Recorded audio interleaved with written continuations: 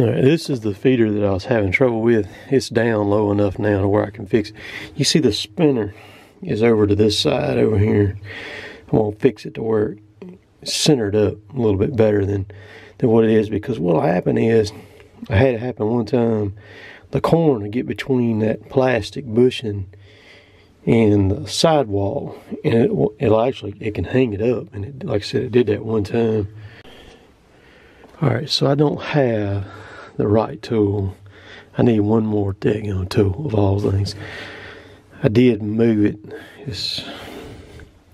I think I moved it a little bit, or a little bit further. I'm gonna go ahead and dump one bag of corn in it though, and then I'll come back and do it again later. I know exactly what I gotta have now, so it is what it is. Alright, I'm gonna make it run here. Make sure it will run. Show y'all how this thing slings. Back up.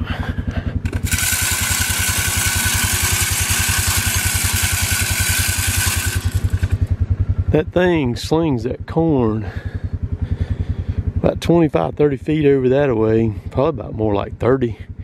It's probably covering about a 60-foot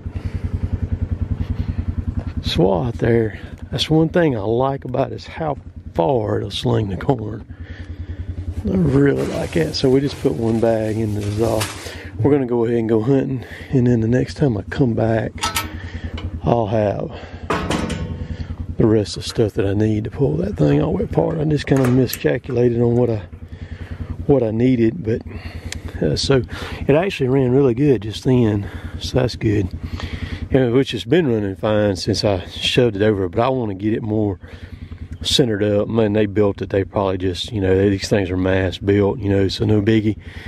But I do like those feeders. I like that style a lot better than the Moultrie. I've got lots of Moultries, and Dan Moultrie and them are good people over there, but man, I'm gonna tell you, and those feeders are cheap, you know, 100-something bucks for them things for the Moultries. But I'd a lot rather pay the 600 and something for that and have that than I would go the cheaper route than the Moultrie. The Moultries are just tough to deal with. I put a lot of money in them things too, on controllers and all that stuff like that. And they're very aggravating to fill up too, with them so high in the air. Well, I wasn't going to fill it up, but I just happened to glance at the radar. I swear, dang weather guys, that's the only job I know of you get paid for being wrong on. We got all kind of rain coming, so I'm gonna go ahead and dump all the I'm gonna go ahead and fill it up and be done with it, and that way all this corn won't get wet in the back of my Ranger here, so I'm gonna do it. Alright, so I just emptied every bag in it right there, so she is full to the top. Close the lid. Let her rip, tater chip. Let me check this here too. Make sure. Yes, she's still just like she's supposed to be. All right, now let's go hunting. Okay. All right, boys. Come on, Tater. We on a good one, dude. Come on. Where'd you cross that creek at, Tater? Let's see. Alright, hang on. Hang on. Okay, let's see. We gotta cross this creek, dude. Right here. Let's see. Let's not cross it right here. So Derrick has shot a good one. We're gonna see if we can get across. This creek's where we need to cross that over here. Let's see here. All right. Come on, let's go. Find it.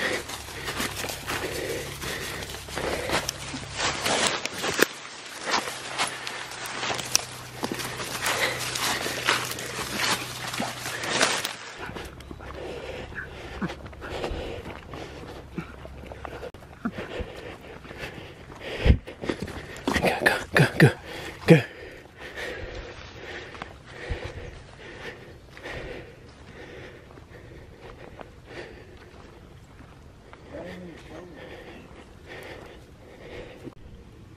So we got, y'all can't see that, but we got taters marked over there. We're 1/10 of a mile, which is 528 feet. He was in that shooting house down there.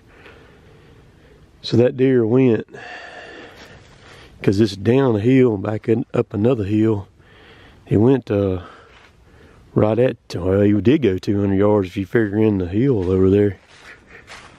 And I'll show you where Derrick shot this crazy deer at too now. Let's see, I'm gonna stick this right there. Let's see. Derrick got him a gun mount in this Can-Am here. You'll see that. Brought the brush gun with me here. It's a Winchester Model 94. 45 long Colt. With a Williams peep sight on the back of it.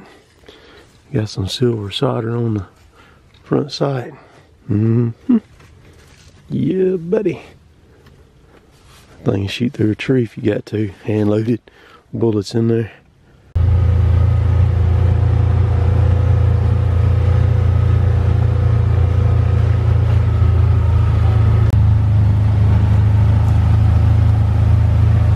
A thing out here for no deer to eat except some pine straw, and they ain't gonna eat no pine straw. I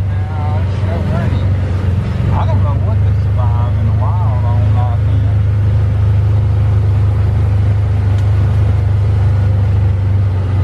like I shot a lot of deer over here with my bow in this area years ago.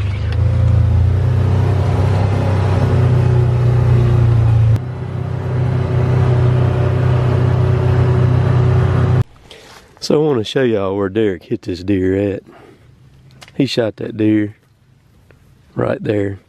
And that son of a gun ran 200 yards. Broke his shoulder. Look at his shoulder. Broke it. And that son of a gun still ran that far. God, through that jungle. There's no blood down there whatsoever. You got so lucky you stumbled. Only blood that I seen was just right up here where he kind of was getting crossed up a little bit right there. He looked like he probably went down about right there. Hang on, I'll come help you. So Derrick shot that deer with a 6.5 and the bullet did not go through either. But that deer shouldn't have run that far. It must have just barely missed the heart right there, I guess. Yeah, all right. You gotta do what you gotta do, man.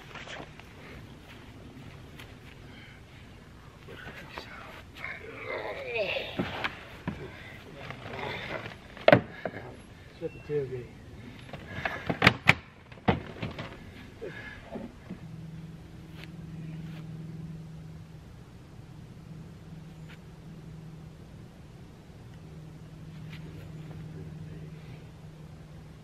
So just to kind of give you a little background on that with Derrick, he shot that deer and it went off the edge of the field right there and he didn't know where it was. So he got down just a few minutes after he shot and he walked down there, and when he got down there, the deer was actually laying there. And of course, when Derrick got close to him, the deer jumped up and took off running.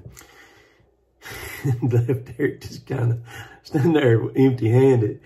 But he called me and told me what happened. I told him, I said, just hang tight. I said, don't walk down there or anything. I said, I'll be over in just a second. So I got over there and there was no blood, not even where the deer lay down at. And we kind of walked around for a little bit, and I had Tater tied up and looked and didn't see anything. So I got Tater, and Tater hit right off the bat and kind of took off. We got down there that creek, but still hadn't seen anything. This was before I filmed any of the stuff that I filmed.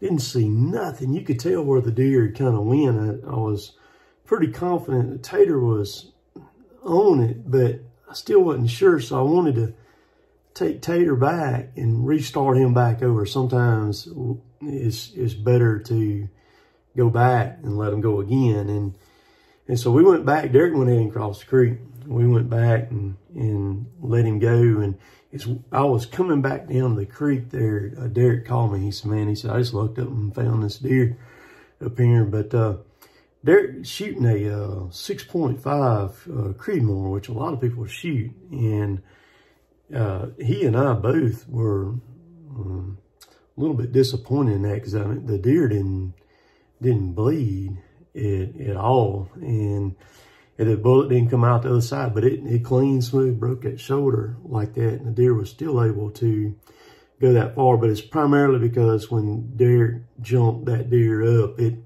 that deer was going to push till it gave out, and that's what that deer did, exactly what it did. But still surprising, he had to just miss that heart in there, because the heart's sitting right there, kind of in that shoulder, and that deer was kind of quartering a little bit, so that bullet must have just missed it. But it's fun working with them dogs. I didn't want to turn Tater completely loose, because we're kind of close to there's some more property right there that joins us, and I didn't know if anybody might have been hunting over there or anything, and I didn't want him to get over there and accidentally mess them up and me have to go get him, or which they would have been understandable. They'd have been cool about it, but I just didn't want to take the chance, so I kind of kept him on the lead there. But not sure what I'm gonna do today.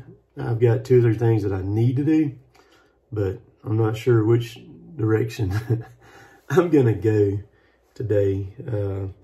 We're kind of on the home stretch of hunting season. I get asked a lot, when's our season goes out. In Mississippi, where we live in Mississippi, it goes out January the 31st, the last day. In Alabama, the land we own there, it goes out February the 10th. I get asked how many deer we can kill. In Alabama, we can kill 3 bucks. In Mississippi, we can kill 3 bucks. In Alabama, you can shoot a doe a day, every day. Mississippi, I think this year currently, I think it's a 5 doe limit in Mississippi. Here's what it is. So it's hard to keep up with both states and all the stuff you got to do and this, that, and the other. Alabama, you can wear an orange cap. Mississippi, you got to wear an orange vest. And Alabama, you got to report everything that you shoot. If you move that deer before you report it, I had a friend of mine got a ticket last year. He was at a store, game warden stopped in there too while he was there, asked to see his harvest information, and he didn't have it, and it was a $160 ticket. So before I move that deer, I go ahead and drop it in the app and get my number for Alabama. Mississippi, it's not mandatory yet to report the deer, as far as the last time I looked, it was not mandatory yet. But so every deer I've shot this year, I've shot in Alabama. I hunt both states. It cost me right at $400 a year for Alabama, non-resident license to hunt over there. Even though we own the land, you still got to buy the non-resident license over there. It's just a big racket. So anyhow, y'all have a good Sunday. We'll catch y'all later. Later, taters.